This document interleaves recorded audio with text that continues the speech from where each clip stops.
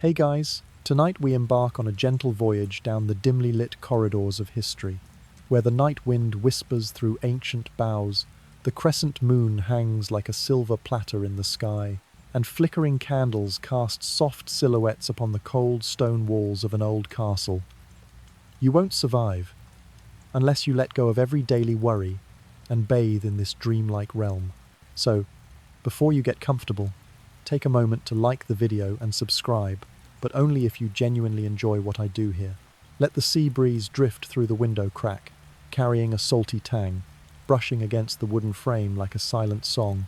Listen to the gentle waves lapping against the rock face, mingling with the night owl's call from the distant pine forest, creating a serene symphony between nature and time. Now, pay attention to your breath. Slow, even, as if merging with the rhythm of the Tudor court more than 5 centuries ago. Could you share with me where you are and what time it is? I'd love to know who lies at the edge of the world, who wakes before dawn, and who gazes at the moon with me tonight. In this tranquil space, we imagine the ashen stone ramparts of Greenwich Castle, whose thick walls cradle countless secrets. Beyond, clouds drift lazily across the bell tower's spire, veiling the moon's first glow. Candles lined along the hallway dance to each whisper of wind, their rosy flames conjuring warmth crowned by wistful longing. The dry leaves crackle under unseen footsteps, beckoning us deeper into the folds of the past. Before us stand 2 silhouettes, half joyful, half uneasy, an 18-year-old prince, prideful yet weighed by spectral memories, and a princess from Aragon, graceful yet harbouring a clandestine truth. Even the crescent moon holds its breath as it witnesses their fateful union. Can you feel it? Each calm inhale, each languid blink is a drumbeat unlocking the doorway to history. Before we drift further into the tale, let's make the space supremely cozy. Adjust your pillow tenderly, wrap yourself in a warm blanket, allow each whisper of breeze to caress your skin like time's own caress. Now, draw a deep, full breath. Sense the cool stone beneath your feet, and listen to the hush that blankets every care. Now, dim the lights, maybe turn on a fan for that soft background hum, and let's ease into tonight's journey together. In the stillness of the night, a gentle breeze from the Thames drifts through the window crack, carrying cool moisture and the scent of dew-kissed grass. Outside the walls of Greenwich Palace, the world seems cloaked in a velvet black curtain, studded only by shimmering stars and a pale crescent moon. Occasionally, the distant call of an owl echoes from the pine forest, like an invisible clock marking the passage of time. Your breath is slow and steady, each inhalation and exhalation weaving quietly into the night air. Your heart beats a soft, measured rhythm, blending with the sound of the evening wind. A hush settles as you close your eyes, feeling each moment melt into this serene space. We return now to the year 1509, when England lay under the Tudor dynasty. Prince Henry, a young man of 18 with lustrous red hair and bright eyes, stands silently before a tall palace window. The flickering candlelight from afar casts warm streaks across his skin, illuminating a beauty both radiant and fragile. Beyond, pine needles drift down, rustling softly on the damp ground, whispering greetings from the past. You can hear the faint thump of Henry's heart within his broad chest, like a small drum echoing in the silence. He wears his royal robes embroidered with curling golden dragons, each stitch gleaming softly in the candlelight. His footsteps land lightly on the velvet carpet, creating no echo, as if afraid to shatter the palace's sacred stillness. At his desk lie parchment and quill, the ink still fresh from hurried notes made before night fell. The courtiers have retreated to their chambers, leaving only a few silent guards standing like stone sentinels, their torches flickering in the breeze. In this moment, Henry feels isolated from the world, just him, and the question lingering in his mind: what will this night bring? Down the corridor, Catherine of Aragon moves gracefully in a gown of white silk, its hem trailing on the cool stone floor. Each breath she takes releases the scent of orange blossom and amber, wrapping the air in a gentle warmth. Her dark hair falls like a midnight ribbon, partially veiling her serene features that hint at wisdom and resilience beneath their delicate beauty. A silence envelops her as she pauses by the window opposite Henry. She turns to him, the moonlight reflecting off her porcelain skin. A soft breeze stirs, lifting her gown's hem and rippling its fine folds. In that suspended moment, time itself seems to hush. Can you hear the wind's faint sigh? Then the sudden hush that stretches into an endless calm. Henry steps forward, each footfall a careful whisper upon the carpet. He stops before Catherine, gazing at the gentle curve of her smile. In the quiet, all that remains are their breaths and the soft popping of candle flames, a lullaby composed for two. "My queen," Henry says softly, his voice like a warm breath. "I am glad to be with you this night." His exhalation caresses Catherine's hair, lifting a stray lock. She tilts her head slightly, returning his smile, her eyes gleaming like polished glass. Another pause before Catherine speaks. This night marks the beginning of a new chapter, yet the past has not fully departed. Her words, as smooth as silk, send a ripple through Henry's heart. Can you feel his pulse skip, then settle into a stronger, steadier beat? Once, Arthur Henry's late elder brother was the kingdom's golden hope, his marriage to Catherine hailed as a fairy tale union.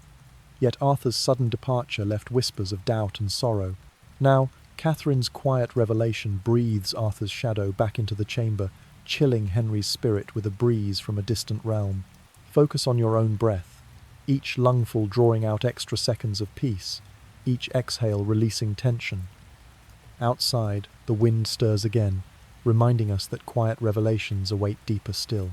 Henry gently takes Catherine's hand, feeling her pulse beneath his fingertips. He whispers, "I will not let old shadows mar this night." At that instant, a nearby candle flares briefly, then steadies wind's tantrum followed by calm. Can you picture the flame's brief dance? Then its tranquil glow, mirroring the steady beat settling in confused hearts. Catherine tightens her grip, her voice soft. "Together, we shall write a new story, yes, sire?" Hope flickers in the hush, mingling warmth with trust. The winds ripple, Henry's slow heartbeat a private concerto for two. Place your hand upon your chest. Feel its steady rhythm. Become part of this gentle moment. In that instant, you and we, silent witnesses, watch past and future converge. The wedding night is more than private ritual. It is the first step along a winding path. Yet here, in the sacred stillness, we set aside ambition, leaving only breath, candlelight, and the whispering wind to carry us into a comforting dream. Evening mist drapes the turrets and gardens of Greenwich Palace in a soft violet hue. A breeze carries the scent of herbs and lingering incense from last night's festivities, rustling through leaves with a lullaby's whisper. In the hush, your breath falls in gentle waves, your heartbeat steady and calm, like ocean surf caressing the shore. After his humiliating wedding night, Henry threw himself into rigorous training and lavish feasts, determined to reclaim his honor. Yet when Catherine placed a reassuring hand upon his shoulder by flickering candlelight and murmured, "We have time," its soothing effect was like a quiet tide, gently healing first wounds. The joyful news of Catherine's pregnancy spread through the court like dawn's first light, fragile as spun glass. In January of 1511, a prince was born, a symbol of the dynasty's return. Yet sorrow darkened the palace when the infant passed away at 52 days old. Mourning trumpets blared as if storm clouds had gathered overhead. Some scholars whisper that scarlet fever claimed the child, while others speculate a rare lunar eclipse unsettled nervous minds. Outside, autumn leaves drifted onto the cold flagstones, their taps echoing Henry's heavy heartbeats, soft yet insistent, a reminder to endure. He retreated to the dance hall, where fading chandeliers still reeked of burnt tallow, seeking oblivion in revelry. But laughter rang hollow, like a soap bubble popping silently in midair. Catherine, ever compassionate, comforted him. With each failure, we learn and come closer to triumph. Her words flowed like dawn's melody, dispelling a momentary storm in his chest. You inhaled deeply, feeling candle warmth mingled with the chill of aged oak, as life itself balances grief and hope. In the study, faded tapestries depicting stag hunts stood witness to silent reflection. A lone oil lamp cast wobbling shadows that seemed to dance on the walls echoes of former glories. A little-known fact: Henry named his favoured hunting bow Hope, as though each arrow loosed carried his dynastic longing. The lamp's flame crackled, the wind sighing through the chimney before subsiding, like a deep breath following hectic hours. One moonless night, Catherine sensed a gentle stirring within her, a promise of new life. Her heartbeat slowed to a reverent cadence as Henry stood by, pressing a handkerchief to his brow. Outside, dew-laden roses shimmered under lamppost glow, their tears like pearl crowns. He smiled softly, and you can almost hear his sigh of reassurance. Then, as though a soft wave, tragedy struck once more. The fragile embryo could not endure. Catherine's stifled sob echoed down deserted corridors, imposing a weighty silence. You might picture the wind drifting through gaps in the foliage, quivering the candle flame as if to comfort raw grief. Henry knelt beside her, their hands clasped tight, a futile attempt to clutch fleeting moments. This sorrow, though searing, stoked a fiercer resolve within Henry. He turned to face the peacock-patterned tapestry that chronicled both joyous union and ruinous downfall. The tapestry seemed to breathe, dust motes dancing like ancient melody. He whispered into the hush, "We shall not relent." His vow hung in the air like an invitation for the night breeze, unaware of the castle's hidden anguish to keep him company. As dawn's pale light seeped through the window, mingling with the lingering scent of last night's tears, your breath slows further, a shared lullaby with Henry and Catherine. All unfolds in unhurried rhythms, each second a pulse, each pulse a step guiding you closer to a serene dreamscape where the past finds solace and the future stretches wide and wondrous. Dawn's lavender haze filters through the casement, painting pale streaks upon the cool stone floor. A gentle draught from the Thames carries mist and dew's scent, whispering old secrets through rustling leaves. The drip of dew upon foliage grounds us in fleeting moments, reminding that time flows on even when hearts feel weighed down. Within Greenwich Palace's silent hall, Henry, now well into his 30s, sits alone at a dark oak table. The candle's flicker casts twin shadows on the wall. One, a proud king. The other, a restless spirit haunted by sleepless nights. His Leviticus lies open to the 24th verse of the 20th chapter. "If a man shall take his brother's wife, it is an unclean thing. He hath uncovered his brother's nakedness. They shall be childless." He exhales slowly, breath drifting through the hush. Those ancient words, once mere ink on parchment, now toll like an alarm within his mind. Catherine, his queen, stands beyond 40, her youthful bloom softened by time's hand, though her gaze remains warm. Fine lines mark her features, each one a testament to their shared tribulations. The spectre of posterity troubles Henry's heart like a heavy stone. Feel his pulse echo within his broad chest, steady yet full of unspoken worry. Inhaling, exhaling, each breath extends the quiet. Each heartbeat underscores his reflections. The awkward wedding night, the jubilant feasts, the brief, heartbreaking lives of their infants. Memory swells like silent waves upon his soul's shore. A soft creak echoes as a door opens. Anne Boleyn, that unexpected light in the Tudor court, glides in with effortless grace. Her dark hair and curious gaze breathe fresh vitality into the still air. Notice Henry's pulse quicken? The candlelight dances in her eyes, and for a moment, the stern words of Leviticus seem to retreat into the shadows. Without a word, Anne places a steam-wreathed cup of tea upon the table. Gentle plumes of vapour swirl around the flame, forming delicate haze. In that mist, Henry glimpses an alternate future, one tinged with uncharted possibilities. The muted click of china against wood sounds like music, soothing the tension woven into ancient walls. "Your Majesty," Anne begins, her tone warm yet poised. "Perhaps we have placed too much faith in old laws. Perhaps we should trust in our own strength." Her words drift through the draught like a breeze, stirring Henry's silent resolve. He inclines his head slowly, a subtle smile acknowledging fresh hope. The candle flame softens to amber, bathing the room in a gentle glow. From a distant corner, a harp string twangs a breeze-caressed note, almost teasing, "If you cannot heal yourself, who will?" Henry chuckles softly, the tension loosening as he recognizes the light-hearted chide. Through the window, willow boughs droop in silent reflection. The sky's deep azure shifts to a greyed velvet, clouds passing overhead like drifting thoughts. Stars hide behind brief veils of cloud, then reappear, reminding that light always returns after darkness. Henry sips the tea, its mild bitterness soothing his throat. Rumour has it that Jamaican leaf is noble fare, though Anne brought this blend from humble travels. The warmth cradles his palms, a simple reminder that joy springs from the most unassuming moments. Soft footsteps echo under vaulted ceilings. He turns to Anne with gratitude in his eyes. In that shared hush, their breathing becomes a duet, slow, intimate, and deeply thankful.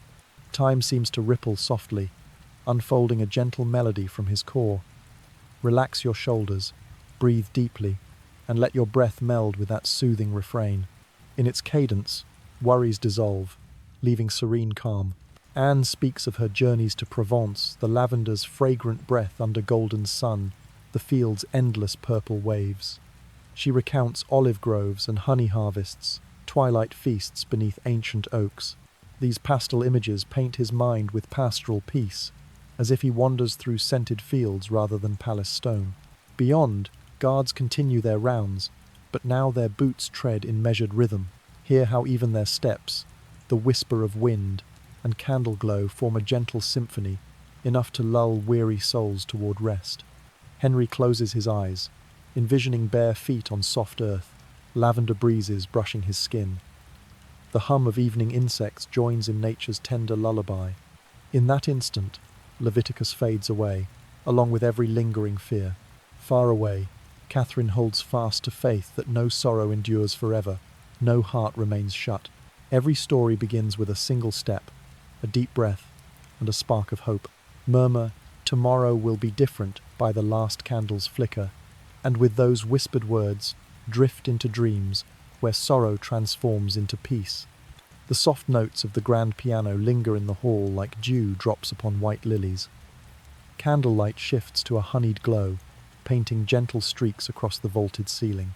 The air breathes warmth, scented with pine wood and herbal tincture, a symphony of nature and passing time.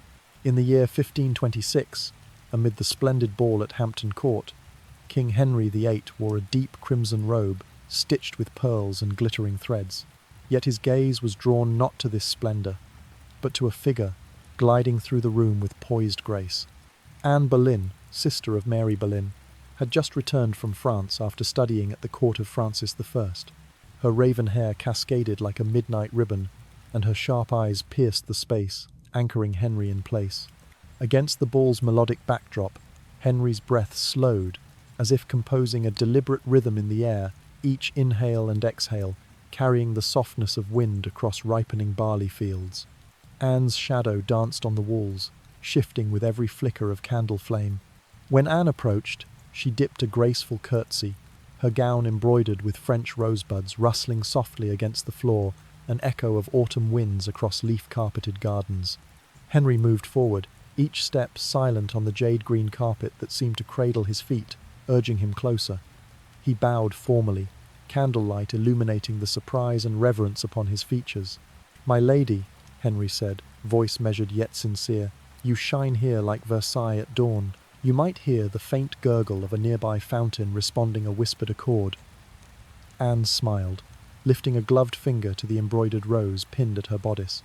"You flatter me too much," she replied, voice as light as a passing breeze. "Yet my honour is dearer than lavish praise." Her words settled like still water in a hidden forest pond. In the lavish world of courtly flattery, Anne's gentle refusal was a soft wave lapping at the shore of Henry's royal pride. In that moment, Henry felt an unfamiliar stir, not a hunger to possess, but a yearning to earn trust and admiration. He inclined his head, eyes still fixed on her keen gaze. Candlelight pooled around Anne's delicate features, emphasizing her classical grace fused with a modern spirit like a newly restored Renaissance painting. Around them, guests in vibrant evening robes whispered and laughed, but their chatter faded into distant murmur, unable to disturb the quiet bond forming. The clink of crystal glasses and the distant footfalls of patrolling guards woven into this tapestry of sound. inviting you to release tension and merge your breathing with their rhythm. Anne unclasped her silk fan, opening and closing it in a feather-light cadence akin to a heartbeat. She spoke of her time in Paris, dancing under café lanterns, mastering language in candlelit salons, and hosting intimate soirees beneath wisteria-laden trellises. Henry likened it jokingly to an old film set, though I suspect your Paris was far more serene. Anne laughed, eyes dancing with playful intelligence, a gentle jab that enlivened the air like a cinnamon-spiced breeze. The candle glow warmed further, mingling with the scent of sandalwood incense and herbal tea. Picture this warmth as a comforting hearth fire on a late autumn eve. The piano shifted from baroque melody to a soft prelude, pausing in hushed interlude long enough for you to close your eyes, then resuming in tender ripples, cradling your mind. Each anecdote Anne shared was like a smooth pebble placed lovingly upon a tranquil pond's surface. Their conversation unfolded as slowly as candle wax melting every moment, an invitation to drift into reverie about a love won through respect rather than conquest. As the ball wound down, the candles sputtered and their glow softened. Henry and Anne stepped out to the moonlit courtyard. Dew-laden grass shimmered like a jeweled carpet under the full moon's gaze. A gentle breeze stirred, ruffling Anne's hair and carrying the quiet susurrus of rustling leaves. "Do you believe in destiny?" Henry asked in a soft tone, devoid of regal ceremony. Anne offered a serene smile, her hand still warm from the teacup she once held. "Only when it is beautiful enough to pursue," she replied, eyes tracing the moon's silver arc. Her words held a modern whisper. "Destiny is not fate's decree, but the path we choose to walk. Place your hand upon your chest, feel its warmth and steady beat. Inhale the night's mist and scented candle glow, as each shared moment becomes the first step into a new dream. For a heartbeat, all sounds dissolve into whispering wind and intertwined breath." The ball ended, yet their story lay just beginning. The final candle's glow flickered, then eased into darkness. Close your eyes now and float upon the expansive sea of dreams, where King Henry VIII and Anne Boleyn continue to write their next chapter in gentle, unhurried strokes. Autumn's breeze softly stirs the window drapes, carrying time's whisper through the hall. The pale, rosy dawn filters through the garden leaves, painting hazy scenes on the cold stone floor. The gentle patter of fallen leaves mingles with your steady breath, a serene prelude to a tranquil symphony. In Henry's council chamber, candlelight flickers feebly under towering arched windows. The damp stone walls seem to hold echoes of countless anxieties. Anne Boleyn, clad in deep velvet, stands by the ebony table, her eyes reflecting the subtle flame of newfound conviction. In the hushed space, she speaks. "Rome's church has sheltered many secrets, Your Majesty, yet sometimes the greatest light shines from within each heart." Her voice drifts like a breeze through grass. Henry listens, his breathing slowing, his chest rising and falling with measured calm. You can feel cool air slip through your garments, carrying dawn's mist into every fibre, awakening senses in the softest lullaby. Beneath the vaulted ceiling, the dawn light melds with sandalwood scent from spent candles, as if beckoning a new era. Anne suggests that supreme authority need not reside in a distant pope, but in the king himself, representing the people and holding the treasury's key. Her theory unfolds like a quiet revolution, rippling across a still lake. Henry nods slowly, gazing at the portrait of St. Peter on the wall. The apostle's silvered beard seems more mortal than divine, a reminder that faith, too, can be shaken. The king's heartbeat steadies each thump deliberate, like a sculptor's careful strike. In Rome, Cardinal Wolsey Henry's faithful counsellor since his boyhood reign had journeyed to plead for an annulment of the marriage. He sailed Mediterranean waves in a wooden galley, each crest swallowing a shard of his hope. By the year 1529, after endless toil and disappointment, Wolsey returned to court in disgrace. Westminster's corridors no longer rang with his triumphant entry. Opulent candles gave way to crude torches, casting pale light on his ashen face. Royal tapestries, once witnesses to his glory, now watched his soul's unravelling in silent witness. Only the synchronized footfalls of palace guards echoed through the hall, steady and unyielding. a reminder that power is but a fleeting mirage. Stripped of titles, Wolsey retreated to his country estate, the lone chorus of birds and murmuring brook his final comfort. Under gnarled olive trees, the cardinal lay broken, his scarlet robes frayed like his spirit. He gasped for breath, no longer buoyed by palace splendour. How could one once hailed as the kingmaker falter before a mere parchment? Courtiers whispered that his strength departed when Catherine, Anne, and Henry wove their dreams of reform. At dusk, the palace tiles gleam crimson in the waning sun like the last flush on a new lover's lips. Henry stands at the window, surveying the neglected garden, inhaling the day's final breath. Anne's candlelight flickers against his face, a solitary beacon in the night. You may wonder, have I ever been a Wolsey, comfortable in power until it vanished? Yet his fall sparked the current of reform, a gentle jest of fate. Sometimes we must lose everything to discover our hidden depths. In the candle's glow, Henry sets down his teacup. Steam rises, mingling with the minty aroma Anne procured from Europe, forming a dreamlike haze. Breathe deeply of herbal tea and sandalwood. Let your soul unwind completely. From the distant orchestra, strains drift a leaf's whisper against a breeze. The prelude shifts to lento, each note slowed like the day's final sigh. The hall warms in golden light, then gradually softens to the night's tender blue. Henry murmurs, "We shall write our own law." His vow resonates in the silent chamber like a pact between confidants. Anne responds with a gentle smile, her eyes glimmering like summer starlight. Surrender to this hushed expanse, letting your breath wash over you. Imagine lying amid ancient olives, lulled by crickets' hum, eyes tracing the last flicker of an oil lamp. History's heavy pages soften into a friendly diary, warm enough to guide you into peaceful sleep. The sky deepens to rosy charcoal. The first stars emerge, sparkling like the hope in Anne's gaze. Exhale softly. Feel your spirit lighten, knowing that though history may twist and turn, each deliberate, silent step can chart a new horizon. With each even breath, you float gently into dreams where every sorrow becomes the anchor for a brighter dawn. Dawn doesn't rush the sky, but eases a gentle rosy hue over the old rooftops of the London Tower. Morning mist drifts through arched windows, softening the stern silhouettes of silent guards. Their footsteps echo like a slow drumbeat of history, slow enough for you to feel each breath blending with the hush of stone and air. In the year 1531, amid the waves of change stirred by Anne Boleyn and reformist scholars, King Henry proclaimed himself supreme head of the Church of England. The Act of Supremacy, passed in 1534, served as a new veil. Nobles and clergy swore allegiance first to the king, with the Pope now a distant guest. The oath's soft proclamation in the council chamber struck like a gentle awakening bell, stirring unease within every heart. The flicker of wax candles danced against vaulted windows, mingling with the soft rustle of aged vellum pages, a symphony of silent elements.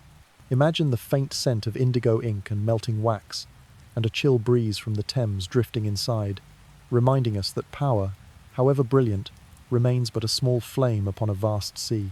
Thomas More, longtime friend and once lauded defender of the faith by the Pope, stood between light and shadow. When asked to swear the oath, he paused so long you could hear his heart pound. Steadfast, deliberate, a heartbeat bracing against the storm of conscience. Then he declined. More's refusal resonated like a solemn hymn, invoking deep respect and profound sorrow. Outside the narrow window, the sky shifted to slate blue, as though a linen tapestry was drawn across the heavens. Cardinal Wolsey had failed, and now More faced a treason charge. Few believed More would hold firm, yet he did. In the dim courtroom, torchlight curled in the damp air, casting his stern countenance into sombre relief. Only the rustling of papers and the solemn words, "treason," broke the hush. The treyer fell like a gentle thunderclap. Sun wafted like wind through a fog-laden night. Notice your breath. Inhale once, exhale twice, mirroring the quiet waves lapping a hushed shore. In that instant, the ring of an axe echoed across the stone floor, leaving a void so profound, so silent, it became its own lament. As More stepped onto the scaffold, the dampness of the tower seemed to pause. The axe's fall resonated like a sorrowful wind, a single gust shattering tranquility. The lingering smoke and spent wax reminded all who watched of courage's cost and the price of fidelity to conscience. For a heartbeat, the tower itself seemed to groan with the loss of its wisdom. Night fell gently. The dying candle's glow merged with the hoot of distant owls behind iron bars. Wisps of incense curled through the deserted chapel, sketching ghostly spirals in the still air. Picture yourself kneeling on the cold bench, hands folded in prayer, inhaling that faint incense, a reminder that no matter how vast power grows, it inevitably meets the boundary of belief. In the wavering candlelight, Henry observed in solitude. The candle swayed, his silhouette cast twice king, and echo of a choice that sowed fear throughout court. Silence enveloped the room, pierced only by your own breath, your heartbeat, and the faint rustle of history's memory. Relax your shoulders. Breathe in deeply, then exhale slowly. Let your spirit drift with each breath, like gentle ripples expanding across a quiet pond. The wind taps softly on the window. Owls call in the darkness, the lullaby of nature, and time is yours to embrace, guiding you into a serene sleep where all tragedy fades into soft moonlight memories. Autumn's dawn creeps slowly through Westminster's stained glass windows, painting the golden dome with gentle pink hues. The crisp air carries oakwood and fresh grass scents, drifting past Anne Boleyn's hair as she exhales softly. Silence reigns, broken only by your steady breath and heartbeat, a soothing lullaby. In the year 1533, Anne Boleyn was formally crowned queen in a ceremony both grand and taut with tension. Beneath the gilded vault, candle flames flickered across her embroidered veil and lace trims, illuminating her face the proud elegance of newfound power. She vowed to bear Henry VIII a prince, a promise like a fresh rose blooming at autumn's end. Applause and cheers washed over the court like waves, only to ebb beneath whispers of doubt. Can you imagine the scent of half-burned candles mingling with sandalwood and new velvet drapes, creating wisps of vapor that linger in the air? By the 9th month of that year, a baby's cry echoed through the palace corridors like a spring breeze stirring willow branches. Princess Elizabeth I was born, her tiny lips parting in an infant's tentative smile. But joy stalled in King Henry's gaze, an echo of a crescent moon's hollow light. He masked his disappointment, yet the fleeting shadow across his eyes betrayed his yearning for a son. The birthing chamber hummed with warmth, blankets cocooned the princess, and oil lamps glowed soft and low, but Henry's heart felt a chill. Courtiers bowed in welcome, each holding unspoken fears. In those first days, Elizabeth rested to the rhythm of nurses' breaths and the gentle gleam of oil lamps, like stars winking in a dusky sky. In subsequent years, the palace was often cloaked in mourning's white garlands. Each miscarriage halted music, extinguished candles, and stilled the court in hushed reverence. Picture the iron scent of melted wax entwined with the bittersweet aroma of wilted flowers, while fallen petals lay wet with silent tears. Little-known chronicles suggest part of the tragedy lay in the court's austere diets and strict postpartum customs. Imagine the Queen's meals reduced to thin porridge and herbal tea, while palace healers clung to ancient rites. Perhaps in a 21st century wellness culture, Anne would have had modern therapies and nutritional support, rather than relying on medicinal lore. Each loss deepened the night.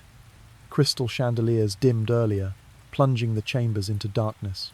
Visualize rich velvet drapes falling closed, carrying incense's smoke and weighted silence in their folds.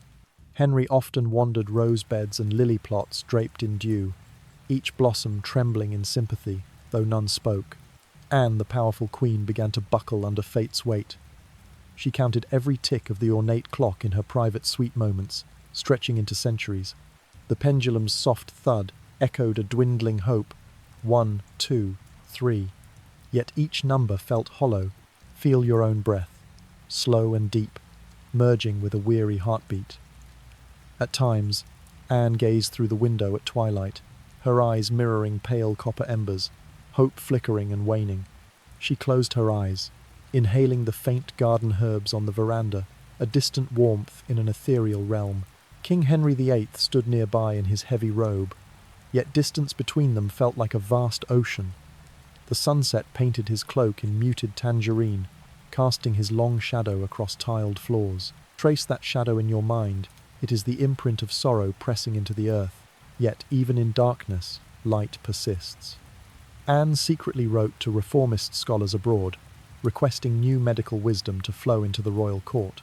Rumour holds she experimented with herbal baths and Eastern acupuncture, a subtle jest that the Queen embraced the latest wellness trend centuries ahead of time. Finally, Anne smiled softly upon seeing fresh shoots emerge in the royal gardens, despite winter's arrival. Life endures, regardless of grief's toll. Inhale deeply, sensing damp earth and evergreen, knowing that after the longest night, dawn always returns. Thus, amid tragedy and hope, the tale of the new Queen and her bittersweet disappointments unfolds slow as the day's last breath. Relax your shoulders, close your eyes, and let each sound the rustle of leaves, the flicker of candlelight, your even heartbeat carry you gently into a peaceful slumber. A cold wind in early January slips through the narrow windows of the Tower of London, stirring mist upon ancient stone steps. Torchlight flickers against mossy brick walls, casting shifting patterns of light and shadow like fleeting memories. In the hush, only soft breath and the measured footfalls of guards echo like a drumbeat heralding fate. When January of 1536 arrived and Catherine of Aragon drew her final breath, Anne Boleyn's hopes seemed poised to bloom like flowers after a winter freeze.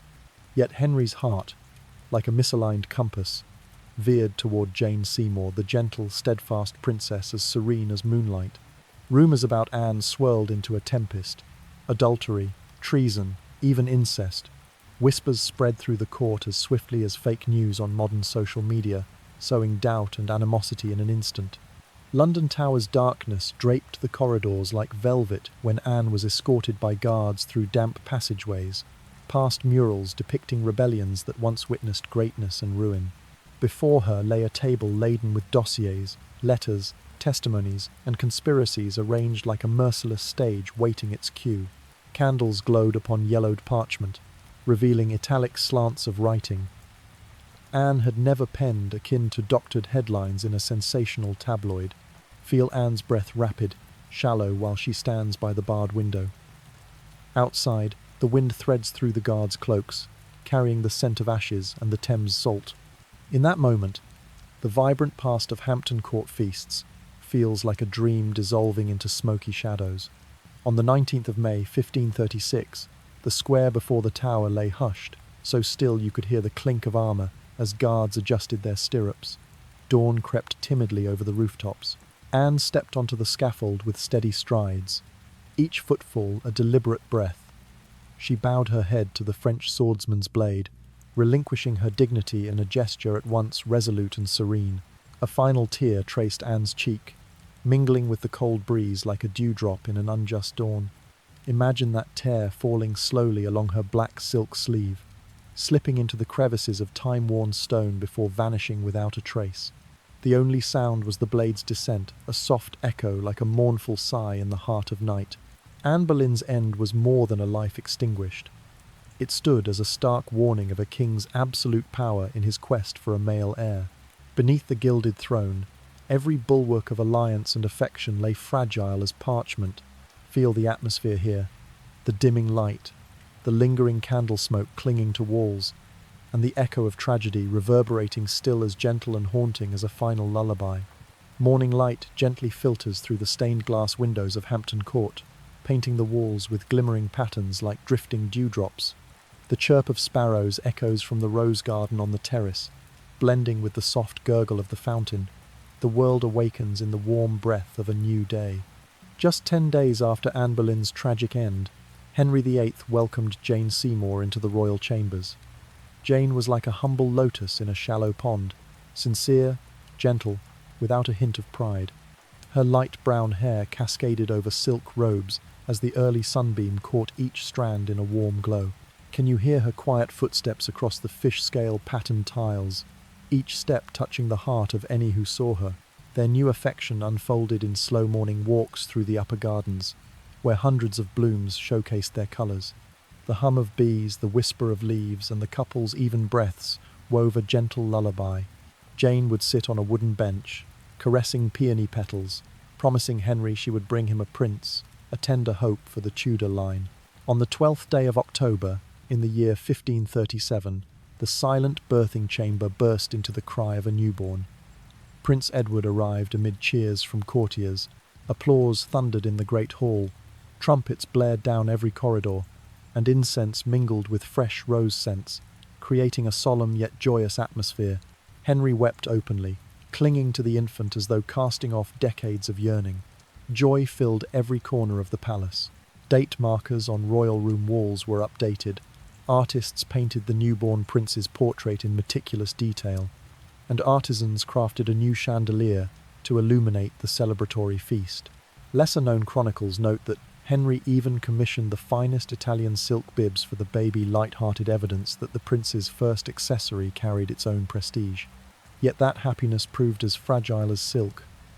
12 days after Edward's birth, Jane fell gravely ill. The birthing chamber, once alive with celebration, turned hushed. A soft cough, laboured breathing Jane, the Queen now lay in solemn quiet. Candles burned low, casting her and her son's forms in flickering shadows. Imagine that scene.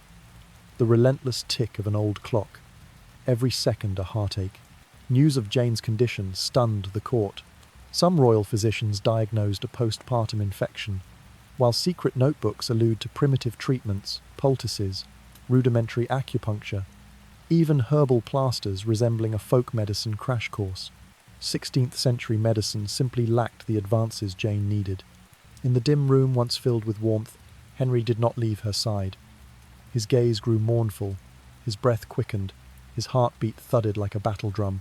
Can you feel your own pulse quicken imagining him holding Jane's hand, whispering, "Stay with me, just a bit longer." But fate was unyielding. On the evening of the 12th day, therefore, Jane slipped from Henry's grasp, closing her eyes in his arms. A final sunbeam shone through the window, illuminating her hair in a fleeting halo. The mingled scents of incense and fading roses hung in the air, sketching a gentle yet heartbreaking tableau. Outside, the upper garden seemed to commiserate. Fallen rose petals, leaves turning gold, dew once shimmering now clinging silently. Morning birds fell silent. Only the wind whispered through branches in a farewell murmur. Relax your shoulders, take a deep breath, and let your breathing slow.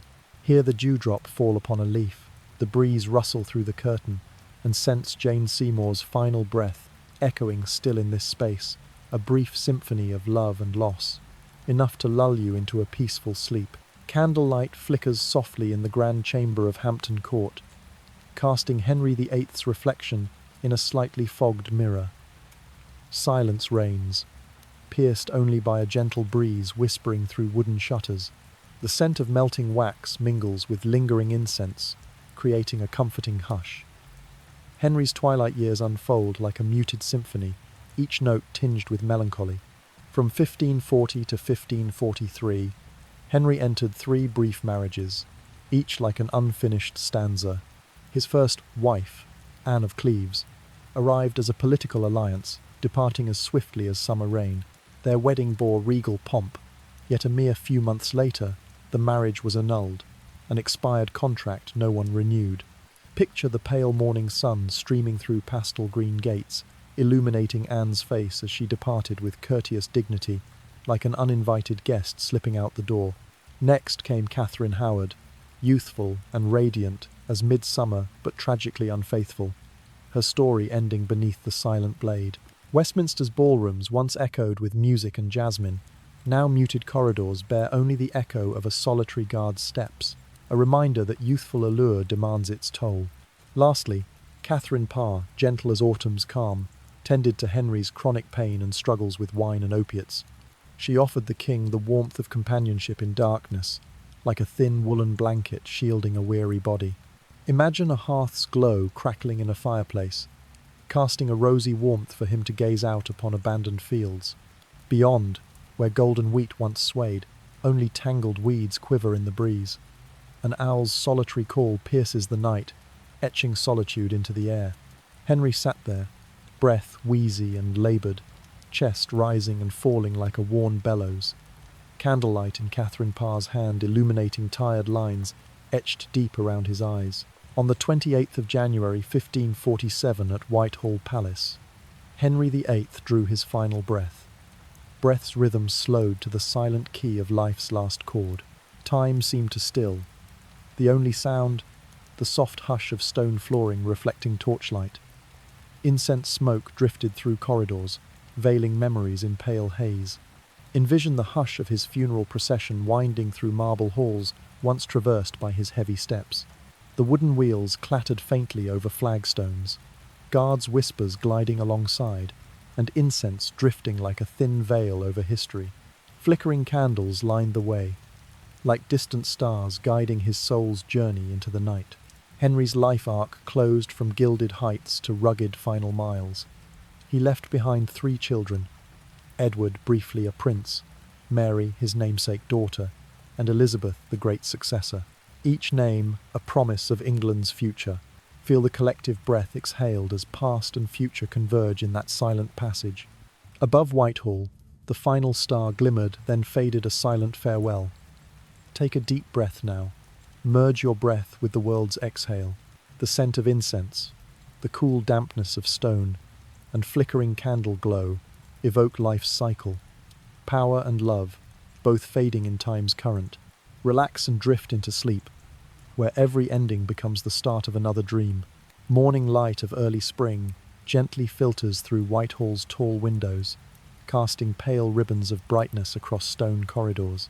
Late winter mist clings to the palace lawns like scattered pearls on green velvet. In this stillness, soft breezes whisper through wooden sashes, and the watchman's steady breathing offers a quiet rhythm. A crimson-sealed parchment announced that Henry VIII had breathed his last. Edward VI, a mere 9 years old but heir to his father's reforming zeal, was swiftly proclaimed king. The coronation ceremonies unfolded like a slow, graceful waltz. Candles flickered upon the new monarch's youthful brow, yet his wide, innocent eyes held only a hint of awe. The Regency Council, led by Edward Seymour, Duke of Somerset, and the young king's uncle, convened in a dimly lit chamber where wax dripped quietly upon ebony wood. Reformers such as John Hooper and Miles Coverdale fanned flames of change, their hands turning the pages of freshly printed English Bibles that were poised to replace ancient Latin rites. Picture the soft rustle of vellum, interwoven with candles' gentle crackle, a heartbeat of hope in a new age. Across England, parish churches embraced vernacular prayers as tender as spring breezes caressing budding leaves. Crowds gathered outside medieval stone portals, faces aglow with anticipation as hymns in their mother tongue rose in the air, no longer shrouded in the mystery of ecclesiastical Latin. Imagine young choristers in flowing surplices, perched by stained glass windows, their eyes alight as they practice psalms, much like today's children with e-readers drifting through bedtime stories. Not everyone rejoiced, of course. Within gilded palace halls, a few aging bishops muttered that translating hymns was akin to letting common cooks rewrite grandmother's cherished recipes. Their gentle mockery betrayed a genuine fear that empowering lay readers would erode clerical authority, melting it away like early frost in the warming Sunday. Meanwhile, new prayer books were composed, opening with humble invocations.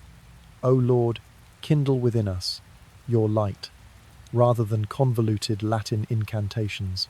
Envision these words resonating beneath vaulted stone ceilings, each syllable unfolding like a deep breath, painting the arches with a soft aquamarine glow. Yet this blossoming dawn was tempered by fragility. Edward VI's frail health weighed upon every breath. A succession of fevers and chest ailments shaped the contours of his brief reign.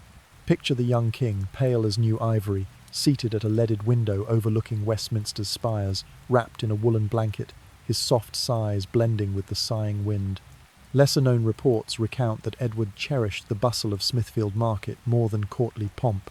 He dreamt of warm pies, scented with cinnamon, and roasting meat's savoury aroma, tantalizing comforts for his weakened body. Such common yearnings endeared him to the people, even as he lacked the strength to pursue all his kingdom's reforms. In 1553, as Edward entered his 16th year, consumption tightened its grip, turning each breath into a sudden gasp. Candlelight in his chamber dimmed as if sharing his dwindling vitality, while Westminster's bells tolled far away a mournful refrain. Family and councillors gathered, faces hushed and grief-stricken, hands clasped in final silent prayers.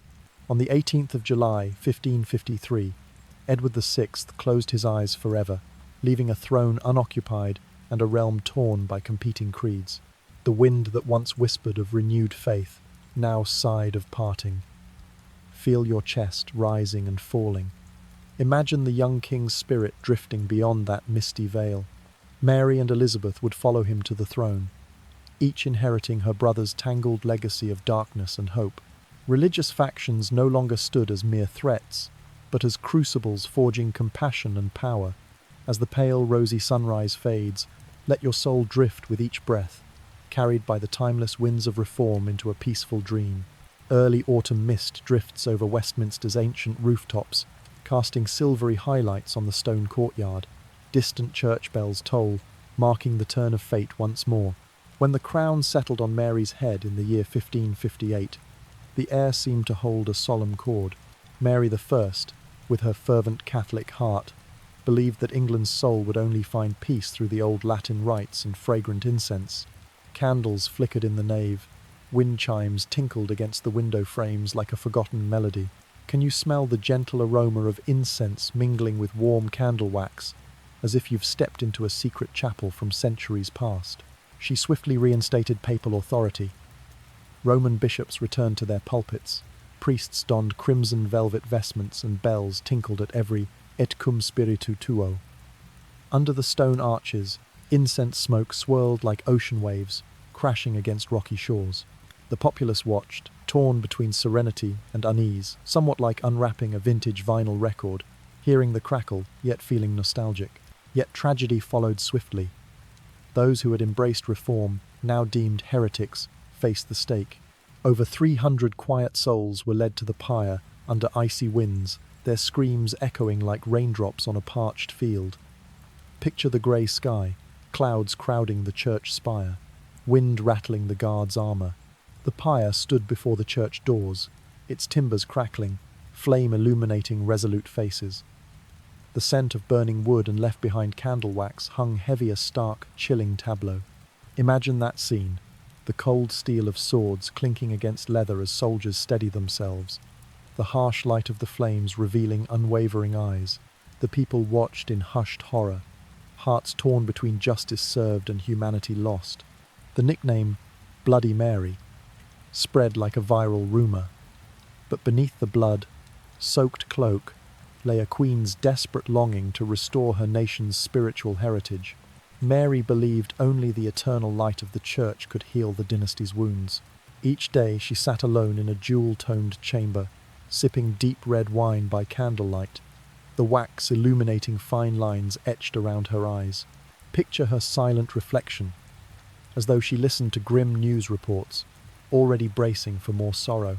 Little-known records tell us Mary had the names of the martyrs carved into the chapel's stone walls, each name a testament to unwavering faith. Yet legend holds that upon reading the endless list, Mary himself sighed, for power can weigh heavier than the heaviest stone, bearing both glory and guilt. Finally, Mary passed away in 1558, childless, her heart still in the chill of winter. The incense smoke faded, candles guttered out, and the white stone throne stood empty.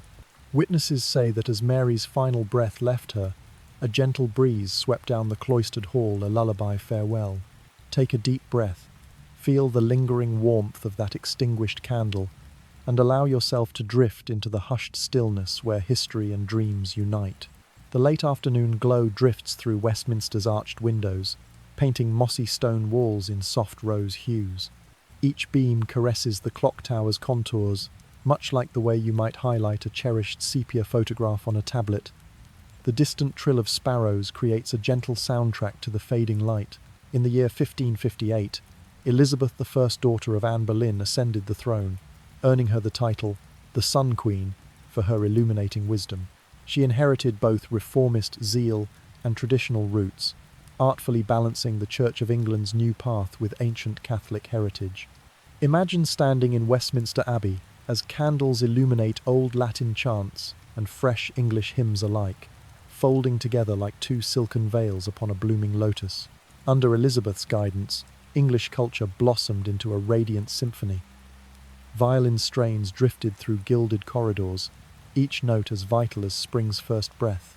Shakespeare and Spenser took centre stage in London's playhouses and salons, poets and playwrights, like today's blockbuster filmmakers and chart-topping musicians, their words resonating in every citizen's heart. Picture actors drawing deep, steady breaths before delivering lines that echoed like the finale of a beloved orchestral score. England's navy, too, rode these tides of renewal. In the year 1588, under Sir Francis Drake's command, the ships confronted the Spanish Armada on the vast Atlantic. The wind roared through canvas sails, and waves struck the hull in a triumphant cadence, akin to a national team scoring the winning goal in a global match, sending the nation into jubilant celebration. Yet Elizabeth's true triumph lay in diplomacy and tolerance. She treated Protestants and Catholics with measured grace, like a fair conductor integrating diverse instruments into a harmonious composition. On the Thames, ancient oaks stood sentinel as the church bells mixed with harbour's bustle, salt spray and coal smoke, swirling together to herald prosperous trade. A little-known detail. Elizabeth adored French poetry and regularly hosted international scholars, transforming her court into a multicultural forum, predating social media outreach by centuries. Some jest that she was the first royal influencer, forging pan-European connections long before the age of Instagram arrived in 1990. In her later years, Elizabeth strolled the Hampton Gardens where roses and lilacs perfumed the air. Fallen petals rustled beneath her steps, and the last sunlight glimmered like scattered gems across delicate blooms. Often, she sat beside a murmuring fountain, her gaze sweeping the distant horizon in a silent quest for peace after decades of upheaval. When Elizabeth breathed her last in the year 1603, at age 69, an extraordinary hush enveloped the realm. Westminster's final tolls faded into silence. The empty throne room lay like a darkened stage after the final curtain. A lone candle guttered its last, its smoky tendrils lingering as a reminder that even the brightest rain yields to gentle twilight. Now, draw a long, deep breath. Feel each inhale blend with the twilight breeze, and let your spirit settle like a droplet on a petal at dusk. Elizabeth I's golden era closed with a flourishing England, a mist-roamed isle, aglow amidst Europe. As you close your eyes, envision a new dawn, where history and dreams entwine in a lullaby of everlasting serenity. Early spring sunlight drifts through the stained glass windows of an ancient church, painting the stone floors with pale pearl-like streaks. Silence fills the space, broken only by a breeze whispering through exterior foliage and your own gentle breathing like a soft wave lapping at the shore. From Henry VIII to Elizabeth I, history's river coursed through twists and turns, carrying England toward religious independence and political innovation. At the throne's base, royal power was cemented by the Act of Supremacy, elevating the monarch to supreme head of the Church of England, much like a tech giant releasing its own operating system, untethered from external servers. This revolutionary step opened doors to religious freedoms, prayers in the vernacular, wandering preachers, and congregational choice in worship style. Picture grand cathedrals resonating with solemn Latin chants, which gradually yielded to hymns sung in English, a seamless software update of faith that never interrupted daily life. This current of reform transcended mere liturgical changes, laying groundwork for the notion of limited sovereignty, the precursor to constitutional government. As people realized their right to choose worship practices, they awakened to the right of political voice. It was akin to an online community entrusted with content moderation, thereby forming nascent, self-governing bodies that fostered transparency. Within moss-covered church walls, the soft glow of golden candles flickered across long pews, reminding worshippers of the fragile bond between belief and authority. That light diffused against stone columns, much like rigid power, thawing under the warmth of tolerance. Imagine the flames' gentle dance, the scent of melting wax and drifting incense painting. A serene scene, punctuated only by the distant echoes of a whispered litany. Few remember, but in the late 16th century, a coastal parish dared a small experiment. The rector permitted congregants to hold open-air services beneath willow branches, forging a communion of nature and spirit. At dawn, dew beaded on leaves, ocean waves murmured in tender preludes, and congregants felt a fresh connection to creation itself. Though modest in scale, this gesture exemplified the inventive spirit of an independent English church. Not all welcomed reform smoothly. Staunch clerics decried religious liberty as faiths free for all, playfully likening it to an open market where prices unpredictably jostle a soundbite for uneasy conservatives. Yet through centuries of storms, England endured like sturdy hedgerows, preserving roots while embracing new winds. Each marital upheaval of Henry VIII, each reformist flourish under Edward VI, Mary I's sombre reign, and Elizabeth I's serene dawn, all these were whitecaps on history's vast sea. That ever-flowing stream, sometimes roaring, sometimes drifting, remains the power that shapes a nation's destiny. As the crescent moon ascends, its glow kisses ancient rooftops and arching stones. You might spy glittering ripples on a nearby pool, an echo of an enduring realm and its legacy. Breathe deeply, matching your heartbeat to the night's gentle tide, and let your spirit merge with this tranquil flow, a symphony of faith and power, unending as the sea itself. Under the pale crescent moon, the river lies still, glittering with silver threads of light. A soft night breeze rustles the leaves, carrying whispers of time itself. In this hazy, dreamlike moment, we draw our long journey to a close and revisit the memory of Henry's first humiliating wedding night, an echo of the ghost of Arthur, the late brother whose shadow shaped every step of his life. Take a slow, deep breath now, feeling the cool night air on your skin. Then exhale gently, letting your soul drift on that breeze. Listen for the river's gentle murmur, its waters trickling steadily like the heartbeat of an entire realm. Under the flickering glow of a dying candle, fallen leaves softly descend. They rejoice in having witnessed countless storms, yet fall silently as a farewell. Henry and Catherine's wedding night, though intimate, became ensnared in power, honour, and tragedy. Every fold of those ancient sheets still holds the trace of trembling footsteps. Every smouldering candle remnant echoes Catherine's soft whispers. Shame, guilt, and that haunting spectre carried Henry through sweeping reforms, passionate yet fleeting marriages, secret liaisons, and cold, ruthless executions. But now, beneath the new moon's embrace, let us gently lay the burdens of the past down. Picture the last candle dying, its flame flickering once more before darkness claims the wick. The falling ash drifts like pale snow upon water, forming delicate ripples that vanish into the night. So too does Henry's turbulent story become a faint white crest on history's vast sea. Hear the soft rustle of the night-blooming jasmine by the riverbank, its fragrance a lullaby that soothes the soul. Close your eyes and surrender to the cool breath of the night, letting your eyelids become petals at rest, your heart a bird gliding through quiet skies. Each ghost, Arthur, Thomas More, Anne Boleyn, Jane Seymour, though they tethered Henry's spirit, are but muted notes in history's grand sonata. Now, we carry none of those phantoms with us. Only the echo of a wordless lullaby rings out in the stillness. Listen to the leaves falling, to the waves kissing the bank, to your own calm breathing.